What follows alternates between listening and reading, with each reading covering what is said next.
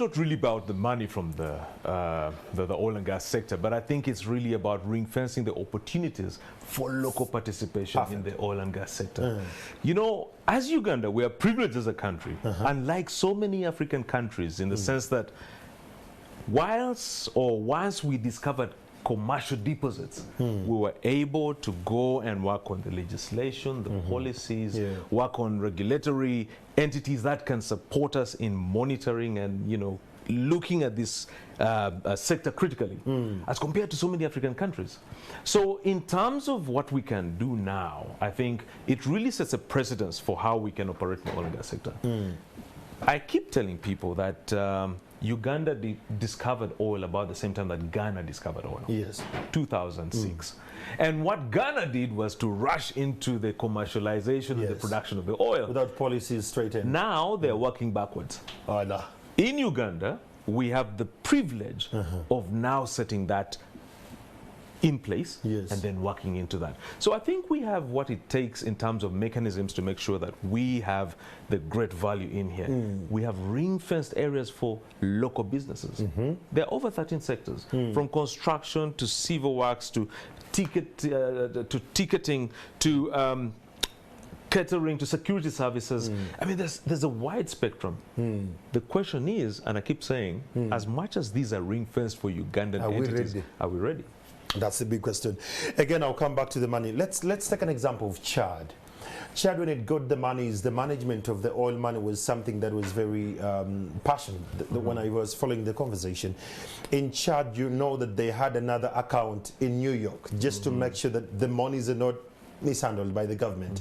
And because there was a war going on, the president made it very, very elegant that I need that money to come because I'm fighting a war. When we come here, the management of these funds, are we safe as a country?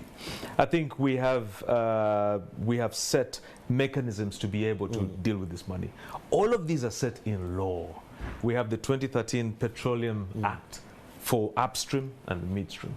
What these acts do is to stipulate where this money will go and how it can actually get out from where it has gone. So these are very important aspects in how we manage this oil. And also, the oil funds. But also what we need to understand critically is how this money is to be used for development. And that is a national conversation. Now, you need to sort of understand that NDP 3, the National Development Program 3, is around the oil and gas area. It also focuses on that. So it's a very interesting plan in telling us where this money should go. So in terms of how it has to be spent, I think we have a clear set program. How it's to be spent is another thing, but I know for sure that we have a plan on how it should be spent, and that is very critical. Now, today the president said that those who are saying that the idea of petroleum is dying are misguided, because now we are all looking at the clean energy, the renewable energy agenda. It's one of those conversations that are very, very passionate from the COP we had in Glasgow. Do you believe with what the president is saying, that petroleum is not about to die? No, I'll say two things here. One, the first one is, if you listen to the PS today, and I was privileged to be at Kololo and listen to the PS today, she said, while we think we can do without petroleum, there are things that we have to use, or the petroleum for. Your shirt right now has polyester. Polyester is apparently from petroleum. So you would definitely need petroleum to produce that shirt. And also the president said it clearly, his shirt cannot be produced 100% cotton.